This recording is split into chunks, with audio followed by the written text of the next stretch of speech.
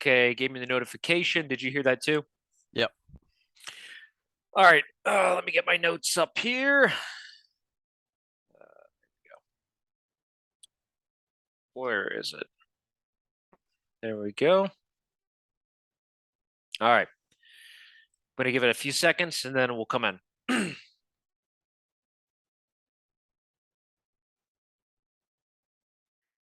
Welcome to Rivals of the East. I'm your host here, Buzz, with co-host Sean. What's up, Sean? Hey, man. Man, it's been a long time. How the hell are you? Pretty damn good, Got a kid coming on the way, and I'm ready for a new Patriots season. Especially after the last one ended in such heartbreaking fashion. I wouldn't even say that. A blowout loss to the Josh Allen Bills. Wild card. It's not a heartbreak if, yeah, it's a blowout. It's not a heartbreak if you overachieve too, I guess. This is true. Well, man, it's been a while. As you said, congratulations. You have a kid on the way. I've also had one myself. We took the 2021 season off, thank God.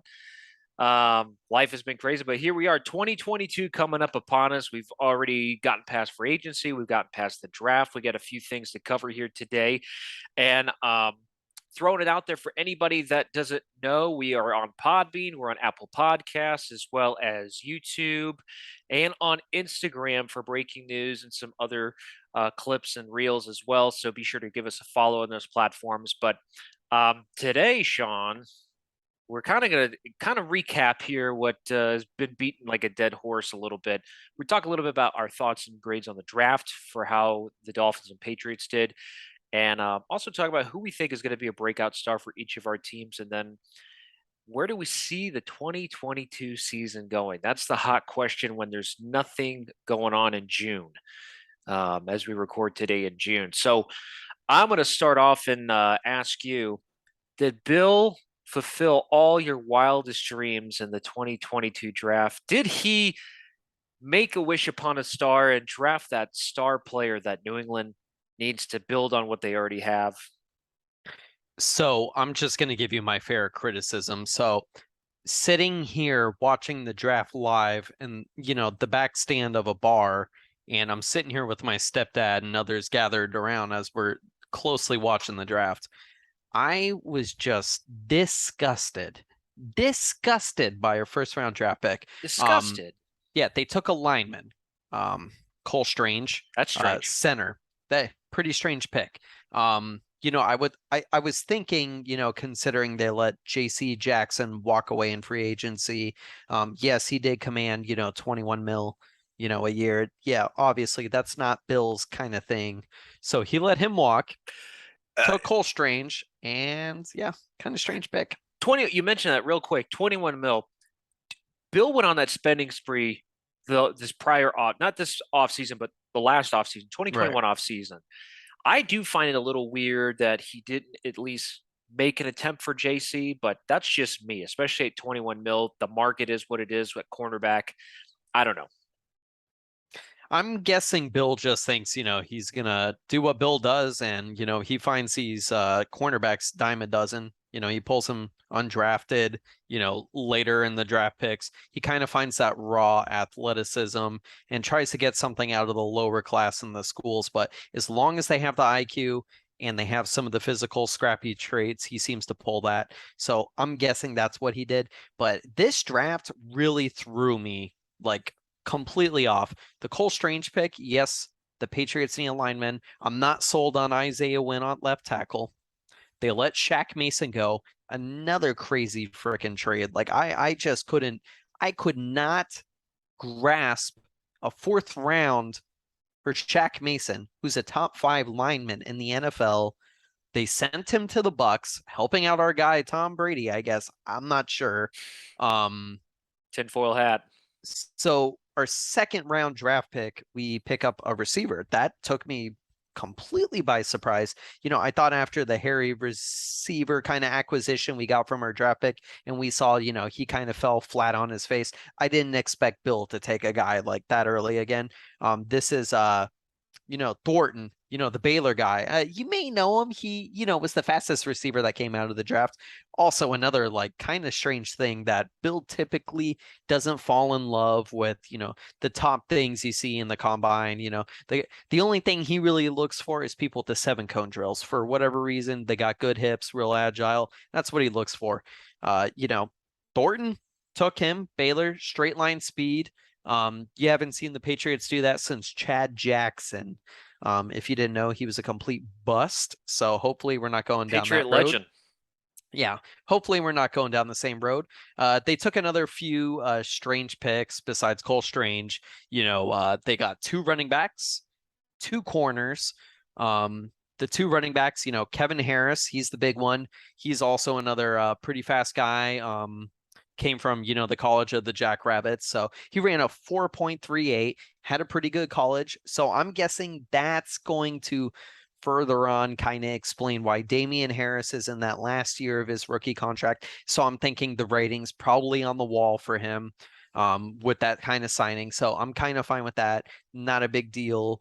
The 2 corners. So you got Mac Jones and then you got Jack Jones. Kind of weird how that kind of works. One of the Jones being the 3rd round draft pick, he seems to be the guy so far that I hear in the offseason. He's really hitting it off. He's really looking good.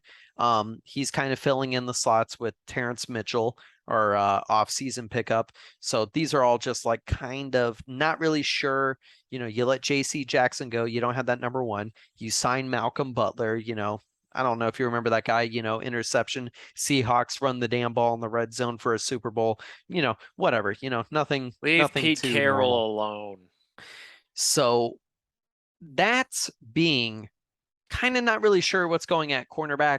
Hopefully the 2 acquisitions they take in the draft for the corner kind of help fill out those draft needs. So, we're not having Jalen Mills, on the outside getting burned by Devontae Parker, leading me off to my next point. Devontae Parker, one of our wide receiver acquisitions in the free agency. I don't know. You may know him.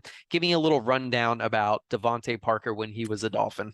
Devontae Parker, versatile, big, throw it out, catch the ball kind of receiver. He's a mismatch when he is healthy.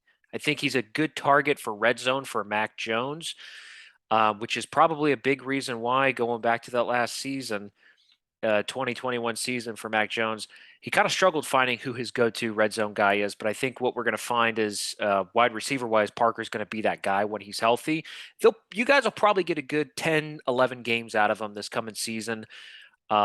Going by history, you could get a full season. We got 1 full season out of him. When we did, he was the best receiver in the AFC with Fitzpatrick at the helm. So you might remember that game too. He actually just completely manhandled Stephon Gilmore, who was the defensive player of the year. So I think you're going to get a lot of good big body receiver play out of him when he is healthy. So it was a good get for New England. And I think we got, what did we get, a 4th or a 3rd for him? Good value pick, I think, but it comes with some question marks around, availability, which is Bill's big thing. But it's so weird. The Bill's saying, right, the best ability is availability, and he always goes for Yes. injury-prone guys. Well, because then that leads into Bill's other quandary of comments being, it's all about the value. Value, right? Value. Why spend the money on Lay's when you can get great value brand? Exactly. 98 cents cheaper. Wrapping up some of the draft talk and the free agency, Patriots outside of, Malcolm Butler, Devontae Parker, not really a whole lot. You said they went on that spending spree the year prior. We're trying to figure out where Jonnu Smith kind of fits in still. Letting go some of those outside linebacker previously. It looks like Hightower's probably on the outs. He's probably going to retire. Resign Devin McCourty. You let Kyle Van Noy go. We're trying to kind of shape out and see if those younger linebackers over the past years that the Patriots have drafted, are they really going to make that push, make that next step? You want to get the cheaper guys that are younger, have some athleticism, see what you got there. You're talking about Cam McGrone. He was injured his whole past year. You didn't see him. Ronnie Perkins, a healthy scratch. What's going on there? He was a 4th round draft pick. And then you got Josh Uche that came out of Michigan. Chase Winovich didn't work out, let him go. Josh Uche, he flashed in spots in training camp in the past 2 years, and also he had some flashes in the NFL when he actually did get that rotation. So maybe that comes to fruition. But besides that, it is an all-out brawl for the Patriots secondary to see who's going to really fill in those roles. You know, Marcus Jones, he's been injured. We haven't really seen him. That was their third round draft pick. Right. But Jack Jones really seems to be the guy so far. So we're going to see how that kind of shapes up. But besides that, Patriots two running backs, kind of strange. Cole Strange, really strange. Hopefully he fills in that guard spot, Shaq Mason. Maybe you kick out we kept Brown, so Brown's going to probably be our right tackle. And when he didn't show up for mini camp. So hopefully he's not trying to, fight for an extension because, he's coming close to his rookie deal as well. So we're going to see how that kind of shakes up. And the last pick that I forgot to mention, Bailey Zapp at quarterback, smaller guy, got some zip on an arm. Some have compared him to Drew Brees, and I'm just going to go ahead and say that ain't going to be the case, but hopefully he's a good backup when the case be's. Mac Jones losing some weight, looking real good. Let's see if he makes that next step, because I really think that is all that matters in this offseason is the receivers, the offensive line making that continuity move. Is Mac Jones going to take the next step? And is the defense for the Patriots going to be the younger team we want them to be? They're going to have, some sore spots, but let's see if they can make that transition. That's going to basically play out this whole new youth movement. So we'll see from there. But besides that, Buzz, tell me about the Dolphins. What's going on in Miami? Well, as you know, we were limited on our draft picks because we actually traded away um, 3 picks this year, maybe 4, 5 total picks because Oh, we actually have Tyreek Hill now, who's that Sean. guy? Who's that guy? I'm not familiar. Fastest player in the NFL, hands down. There's no question about it. He is absolutely the fastest player in the NFL. He's a killer at speed. We already had Jalen Waddle, so two opposites there. Waddle and Hill, you're going to be having a lot of speed there. We only had a handful of picks this draft, so I'll talk more about Tyreek Hill and some of the other free agency picks that we got. But there are a couple hits, I thought, some questionable draft choices of ours too, looking at the lay of the land, considering what we picked up this offseason and whatnot. I'm going to start with third round is where we first came in, pick 102. We came in with a pick that I thought was a very solid, very safe bet and good, solid choice. I gave it an A rating. We picked up Channing Tindall, who's a linebacker from Georgia. Mhm. And he played in that championship team there. Had some really solid seasons. He was in that outstanding duo that was there with N'Kobe Dean was another one on that defense. And that Georgia defense over the last 4 years, there's like 12, 13 players drafted from Yeah. it. So he's one of those guys that has been a major contributor there. Really, his thing is he's a spy guy. So we drafted him particularly for Josh Allen. That's basically why we drafted him. But he's going to provide us as a thumper. He's going to be pretty good when it comes to being explosive with tackling. He's going to be a solid pick. So I gave him an A. I think we did it justice on that one. And, I'll give Greer credit on that one. A good job overall. Round 4, we went in and we dipped. Now, again, we've got Jalen Waddle. We've got Tyreek Hill. We picked up Cedric Wilson from the Cowboys. We've got basically wide receiver is set, right? Well, round 4, we come in and Miami drafts Eric Izukanma, I think is how it's pronounced, from Texas Tech at wide receiver. I was kind of scratching my head at first. As you know, Miami's new head coach, Mike McDaniel from the 49ers, very much so looking for the next Debo Samuel for Miami. He's kind of built a little bit in that Samuel type role. He is not the fastest guy, but he's somebody that could maybe be used a little bit in that San Francisco scheme. He's not really the slot guy that we need, although he does play slot decent. He did pretty well in Texas Tech. He's going to be more of a versatile kind of wide receiver, which is why I think we drafted him. So I'm not too thrilled. Middle of the road, I say a C rating. on that one. We'll see how it shakes out. Could be higher, could be lower, but I'm going to see what it does. I mean, he's a good player. Um, was he the BPA best player available? I mean, there was a lot of depth. Me personally, I was hoping for another lineman because we picked up Connor Williams at left guard. We picked up Teron Armstead, of course, but we need more depth because we still got Austin Jackson, we still got Liam Eichenberg, guys who are struggling on the line. Um, really, Robert Hunt, we've got on the line who's coming along well, but we need depth considering we only have one actual center on the roster right now, and he's not even the center. It's going to be Connor Williams starting, which I got my thoughts about that.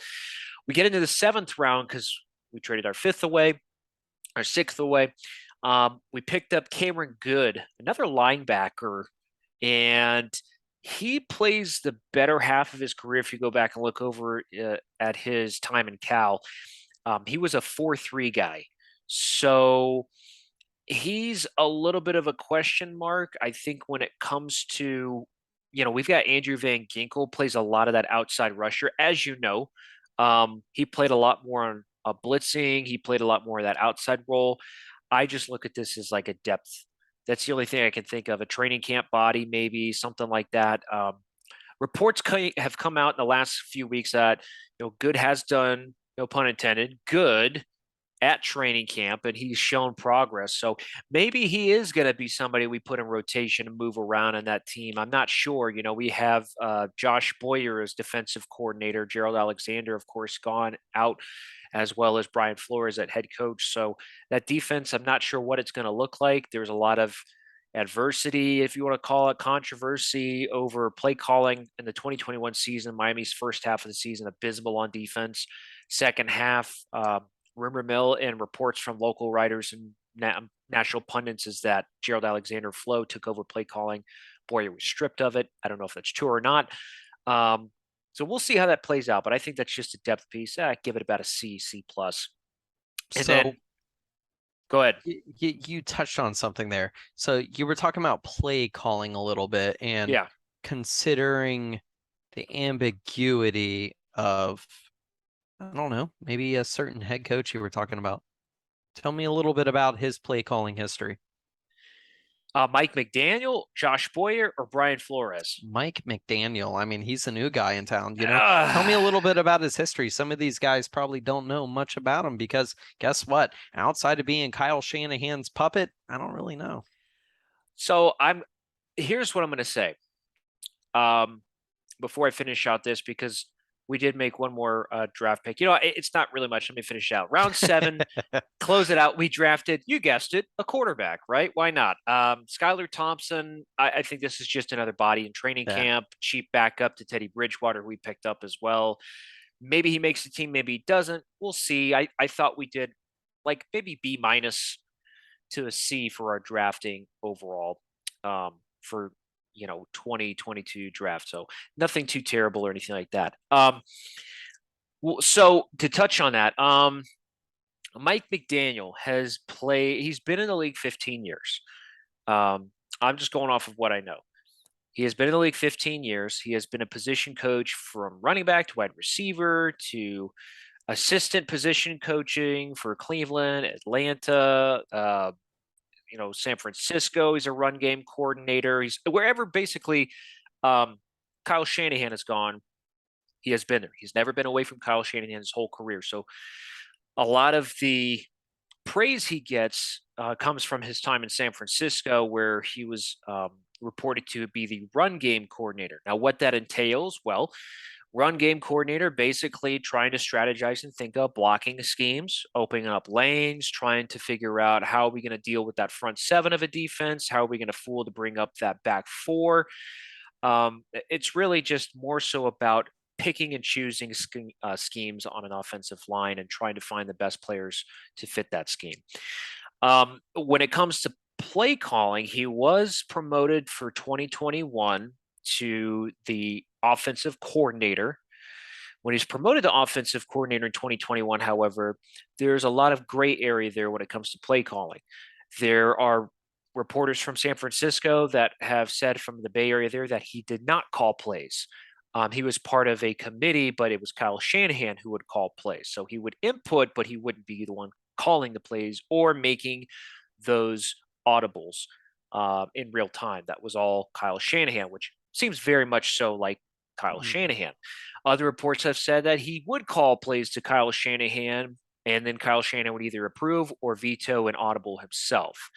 Um, the reality and the objective stance on that is we don't know what we're getting with Mike McDaniel. We don't know um, what his level of staff, that he put together is going to do. We know that he made some changes to offensive line coach, offensive coordinator, quarterback coach. A lot of the people that he put in those positions on the offensive staff are first time in the role that they're in, or the staff position. He is also a first time head coach, only being an offensive coordinator for one season in his 15 crazy. years. Yeah, that's So crazy. to me, rumor mill going around at the time was, Tom Brady, Sean Payton coming to Yeah. Miami. That was starting to come out. Of course, the Brian Flores lawsuit blew all that up. I don't even think it was a rumor, honestly, Yeah, because I think they were pretty, just laissez-faire. Like they didn't even want to talk about it because it it's was going to almost happen. like it was just a given that, Tom Brady was flirting with it. He, came out and said he was going to retire. He tried to make it like muddy the water a little bit. It felt like when the reports came out that Tom Brady was looking to move on from Tampa, it looked like it forced his hand. So he Yeah, just said he was going to retire when he found out that the reporting of the filing of the lawsuit was coming out with Flow. So yeah, it does look like there is smoke in the fire. Like there yeah. was a fire going on, and I think there was something there. So for that case, I do agree.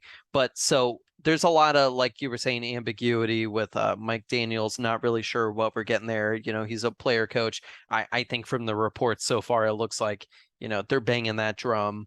No, And they're banging the drum. This is what I don't like, because every time we go down this path with a head coach, it's not strictly Miami, but a head coach. Whenever you call someone a guru, it doesn't end well. yeah, that Adam Gase guy, what a guru he was. So that they stopped calling him an offensive guru and they started calling him a players coach. Yeah, so there's nothing wrong with the players coach. Pete Carroll is a players coach, right? Yeah, absolutely. He's a Except for Super he's Bowl. also a coach. Well, so I'll say this. Pete Carroll had a lot more experience when he got to the head coach position there in New England and Yeah. took it to college level in USC. He's got both pro and college levels of success with play calling, with running a staff, with running a team, Yep. whether it's scouting departments or whether it's, college level scouting and drafting and things like that. There's just, for me, I can't say one way or another. I would have preferred, if we went with an experienced head coach, preferably a Sean Payton, excuse me, or preferably like a Jim Harbaugh, somebody that we had more experience with, because this is now the seventh first time head coach the Miami Dolphins have hired in a row. Yeah, and Seven. as you would know, outside of Flow, this bodes well for New England fans typically, as they kind of see this and they go, that's opportunity. And guess what? Bill's gonna also take that opportunity. So I'm kind of excited about that opportunity with, a new offense, new quarterback, Could be the and next Sean McVay. who Could be the next knows? Cam Cameron. It could I be a don't hot know. shot. Who knows? Could have But a good 10-6 season, so go to the playoffs, and then fall off a cliff. Adam Gase. I don't know. so here's a point that you were talking about is, he was helping call some of those blocking schemes with running. And you know what? Here's the thing.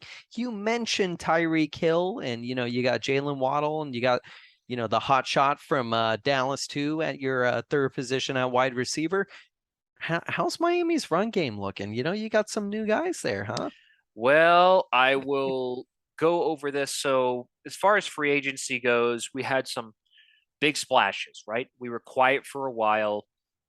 We did re-sign Emmanuel Ogba. We did tag Gasicki. We took care of money for X, so X is here. Which, by the way, McCourty over there in New England said that X is the best cornerback in the league. I would agree with that. So there's that, and I would have to agree too.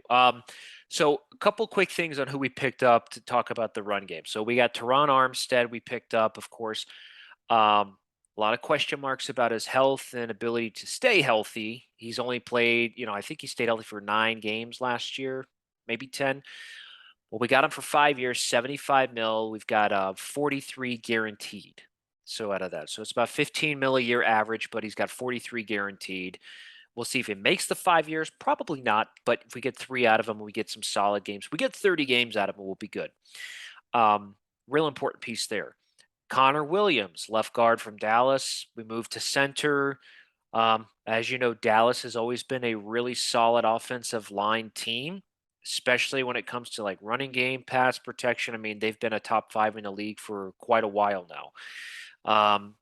We picked up for the running game. We got Chase Edmonds. We picked up from Arizona. We picked him up for 2 years, 12 mil. I thought it was a little too much in my opinion because Edmonds is not an every down back, and of course we're switching to a run by committee approach, which is the San I'm Francisco familiar with offense. that. Yeah, Yeah. New England did it as well. Ramondre Stevenson, Damian Harris, whoever else they wanted to throw in there. Um, we also picked up Alec Ingold, so we brought a fullback in, the one from Vegas, from the Raiders there. Yeah, we brought him in for 2 years for 6.5 mil. We also brought in Raheem Mostert. Hmm. Um, Mr. Knee. Here's the interesting thing. Raheem Mostert is 30 years old. We brought him in on a 1 year, 2.1 million deal. He's got at least a million guaranteed, I think. Our running back room right now is Chase Edmonds, Raheem Mostert.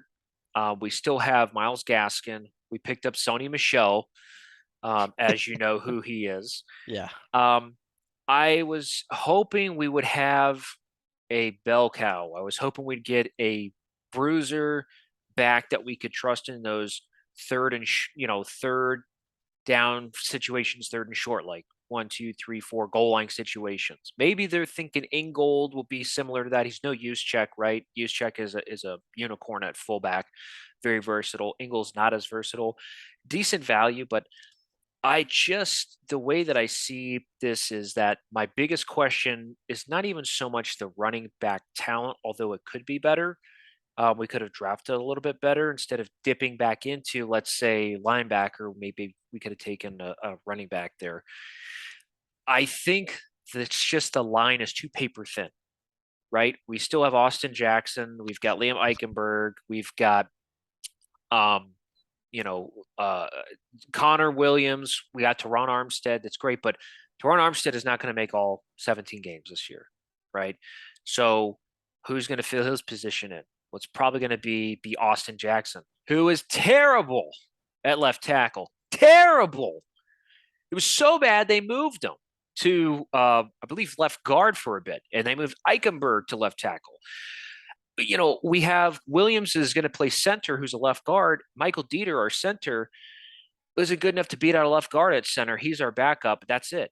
Like we're very, very paper thin at the offensive line with guys who are either not good or injury prone. And you talk about, we're talking about we're trying to be a running game team here because we're trying to take the pressure off of Tua a little bit so he feels more relaxed and get him more time in the pocket, right? Which I get. You're still going to run into issues because it's a 17 game season now. Injuries are going to happen. Things are going to pile up. And instead of bringing a guy in week 6 off the street and trying to get him acclimated, why didn't you draft another lineman? Why didn't you sign another lineman? JC Treader was out there. He's got bad knees, but he's good for depth at least at the center position. Why didn't you bring in some of these other guys there, which they still could? It's not the end of the world, but I just, it's going to be very hard when you have such a thin line that has so many question marks. That, to me, as a Dolphins fan, Sean, and you could speak to this a little bit as we shift to New England as well. Question marks are not definitive answers. Yes, Tyreek Hill is a superstar. He's going to be Tyreek Hill. That's just how it is. He's going to get 1,000 yards this year just because he's a very fast player. He's good at run after the catch. That's not a question mark. The question mark is going to be, are we going to find success using him like he wants to be used with more punt returns and in a Deebo Samuel role? Is that going to hurt him? Question marks are, is the line going to stay healthy? Are we going to find ourselves with, Raheem Mostert who's 30 years old with bad knees. Sony Michel, who's got injuries as well. Some of those things. Tua. Tua's injury prone at this point, most would say in his career. He's played 2 seasons. He's been hurt twice. He's also had those injuries from college as well that have hindered him a lot, which the hip injury I think has. We'll see if he's recovered from that. Seems to be so. His trainer puts out enough videos of him throwing. Abysmal ones at that. Well, the thing is we could talk about stuff like that, but I'm looking at the season. When we're in pads, when we're in, third Right. long, when we're in those That situations. doesn't mean much when it's not like being competitive drills. Right. So there's just, to me, the coaching to the players, health-wise on that line, to the running game, there's just a lot of question marks, man. It could go a lot of different ways. And I think some people buy into like, that's hopeful, right? Because our offense wasn't that great under Flores. I think it's going to be better. It could be. You would look at the pieces we got and say, yes, it could be worse. It should be. It all depends on how cohesive this thing is, and that's the reality of it. So run game wise, I could see us being we're going to be top 18. We're going to be top 18 for sure, I believe. That's because we're going to have Armstead probably for half a season. How much further do we get past top 18? It's questionable. It's very questionable. I don't know, but we'll see what happens. As far as question marks for New England, Sean, we got Joe Judgment Day. We've got Matt Patricia, who has decided that the bend don't break defense is all for kids now. He wants to do the offensive side of the ball, huh? Because he wants to be the next Josh McDaniels. Yeah. So, talking about some question marks outside of the Patriots, questionable drafting with, not taking corners early, taking a center at an offensive line, which I'm guessing is going to be a guard. Maybe they could have used a tackle. That's besides the point, because I think running back, that the few questions I really have is running back's going to be good. You have safeties. You have plenty of safeties. You have safeties for days, bringing back Devin McCourty, Adrian Phillips. I forgot what's his name they signed that came from the Giants, Jabril Peppers. Yep. He's also another one where, he has potential. Is he going to do it? I don't know. But the fact that the guy can tackle at least, I'm going to take that. He's got a little athleticism. They still have, what's his name that came out of Lenore Ryan. He was a safety. I almost forgot. He was one of those, they came out of Division II, and he kind of rounds it up into a decent player. Maybe he gets better at coverage, but besides that, it's the corners. Yeah, I'm okay.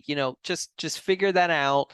The Patriots are going to have a lot of cap room next year. They're going to fix that defense. They're going to figure it out. That's Bill's bread and butter. I'm pretty confident. It's not going to be star-studded, star-laden. You don't have that all-around number one guy. You have some question marks in the linebacker crew. I'm happy with Christian Barmore. I think the defensive front as being the line is good. The safeties are good. So I'm not like, I would like defense to have less question marks, but Mac Jones, I'm very confident. He had a very good rookie season.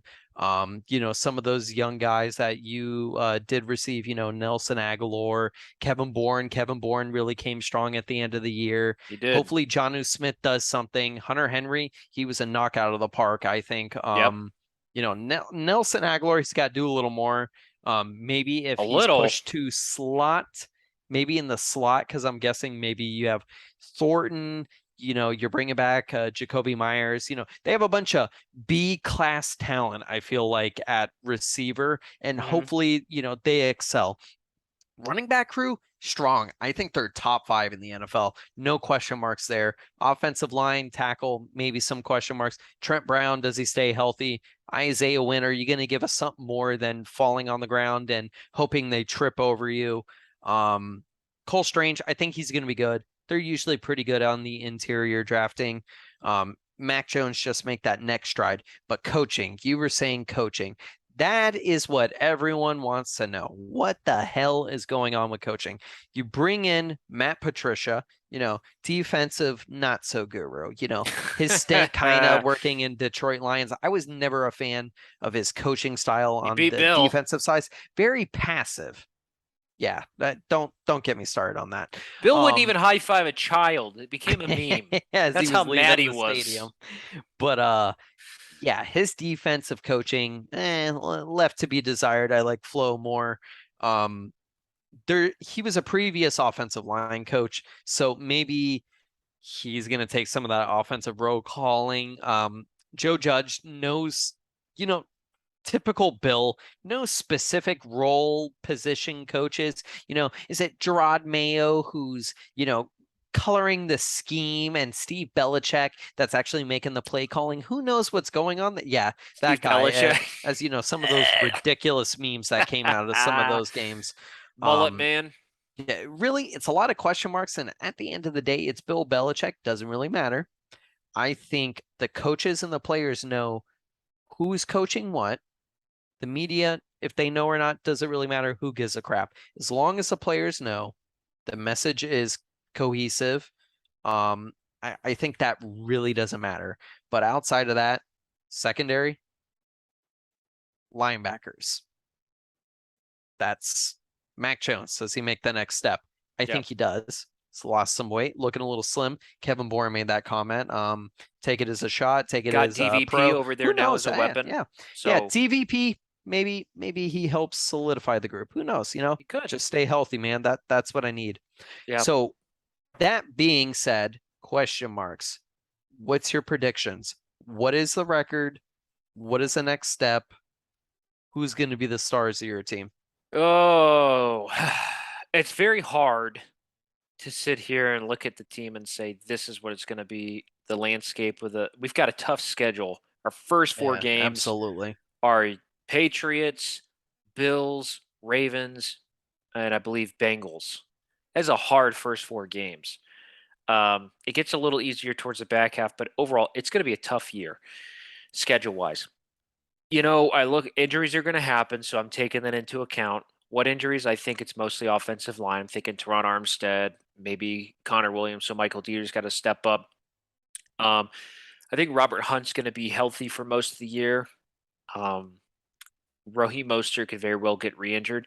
If he even makes it to week one, he's on track, but who knows? So I think with that being said, our defense is really stacked talent-wise. We've got Christian Wilkinson, we've got Emmanuel Agba, we've got Andrew Van Ginkels coming along.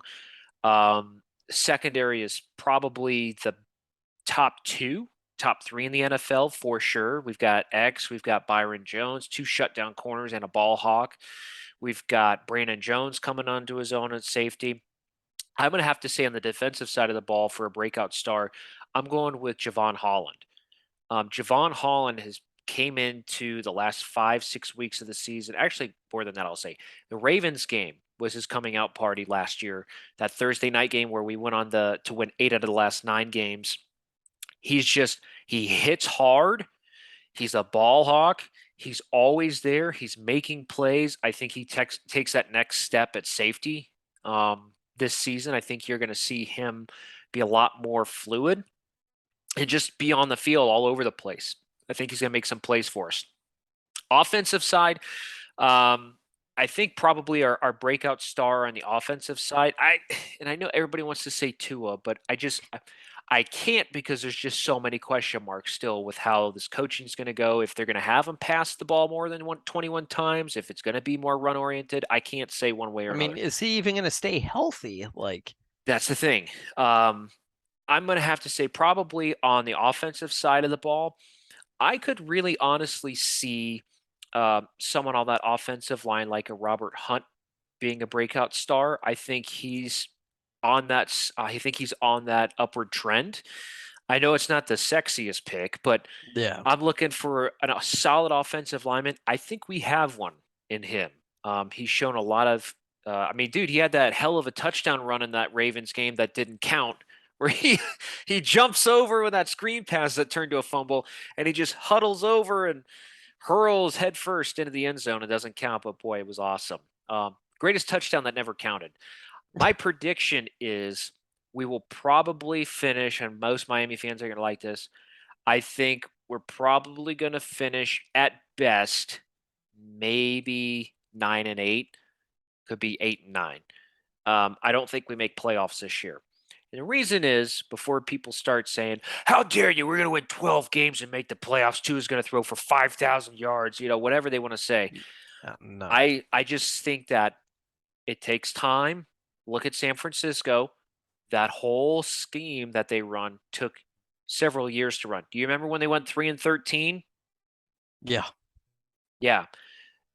It's not the flashiest. It's not the best looking offense, right? It's not highlight reels most of the time. Some of them are, like Debo Samuels, right? Playmakers, George Kittle.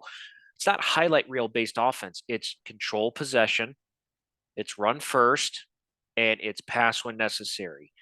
And that's an offense that you have to take time, get the guys deep in the playbook, get that figured out. And I don't think you figure that out in one season, especially with a guy who's a first time head coach who was only an offensive coordinator for a season with no solid backing that he actually called plays.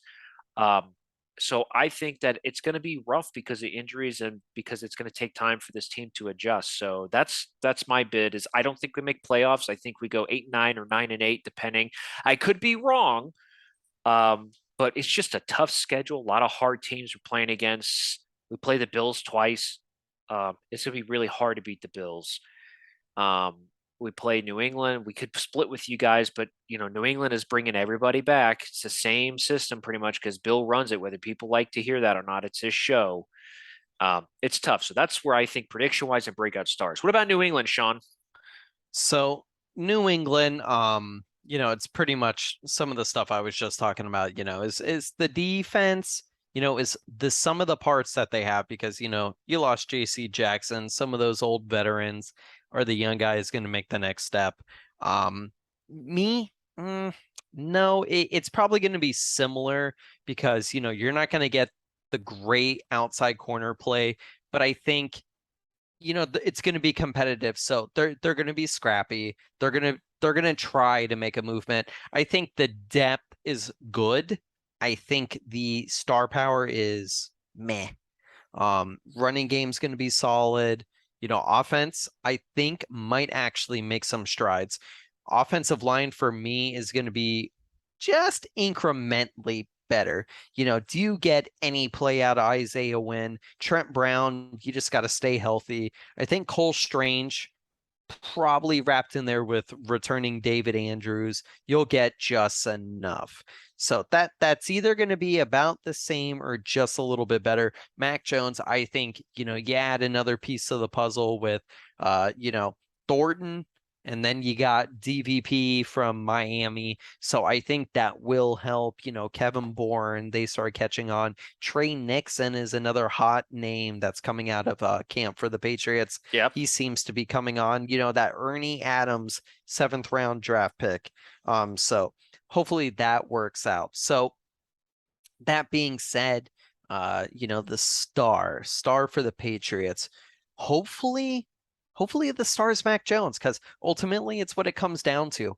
My emerge player is going to be Mac Jones. He's just got to take the next step. I was throwing around this stat to Buzz earlier, out of the NFL, he had the most 65% completion games. And for a rookie, that's pretty good. But I'm looking for a little more than that. Turn down the completion percentage down 2 points. I don't give a crap. It's Yeah. about touchdowns. It's about putting points. It's about making big plays. Let's see if that weight shaving, a little bit of arm strength, because he was looking like kind of like a pudgy Ben Roethlisberger out there, a little bit shorter, He but was he was definitely a definitely thinner looking Ben pudgy. Roethlisberger, dude. Don't get it Dude, twisted. this guy, when he came out, he had a good old, like, I didn't see any muscle Built definition, like a and not Coke bottle, and baby. not that like Tom Brady had that either, but you at least knew, like, when Tom Brady was going to be out there, he wasn't going to probably trip over himself. Oh wait, he did that. So besides that, I think the Patriots, what did they do? 10-6 last year? Yeah. So I'm gonna go ahead and just turn that up one. At first, I was going to say they were going to go down without JC Jackson, but I think with them bringing back Malcolm Butler, Terrence Mitchell, and two other corners, and Jones looking like he could actually be, a human being out there instead of, being Jalen Mills being boxed out by DVP and just letting him go And for a Waddle. quick slant, no problem. Yeah, it was embarrassing. Like the guy, he's a nickel corner. He's not an outside corner. I think the Patriots will have at least options at outside corner. So I'm gonna go ahead and say they're gonna go 11 wins. 11 wins. 11-6. Yeah, Okay. because the NFL added on an extra Yeah. game. Why not? Take away the preseason, add on to regular season. So that's what I got for the Patriots this year. Wild card yet again. Wild card. Well, I have to say it's going to be interesting to see what happens. We are in June. It's a little lull period in football. Of course, OTAs are done. People are taking breaks, of course, until we get to the end of July. That's when we start getting more preseason coming in August and whatnot. So kickoff's about 70 something days away. So I'm excited about it. Yeah. Um, again, we're getting down to it. I think it's going to be interesting season to say the least. But if you want to catch us, everybody, again, we're on Apple Podcasts, we're on Podbean, we're on YouTube, and we're on Instagram. So we'll be coming back to you again on a consistent basis as we lead up to the season. Of course, once the season does start, we will be here weekly, consistently with our tears, our joy, our frustration with however this season shakes out. Maybe Mac Jones tears his ACL week 1. Whoa. What the hell? maybe, I mean, that's more maybe. like Tua, if Hey, anything. what if Josh Allen tears his ACL in the early season or something horrible happens to that? Now Buffalo's in trouble. It could be up for grabs. Who knows, man? Will Deshaun Watson get his games appealed and get down to like maybe 6, 7 games? I don't know No, for suspension. no, We'll please see. no. I want to see the Baker thing play out. So let's hope that he does stay suspended. But Yeah, anyhow, we'll see. But thanks for joining us again here again, everybody. We will be back again with more. And again, hit subscribe and follow, and we will be presenting more Rivals of the East here. Take care, everybody. peace.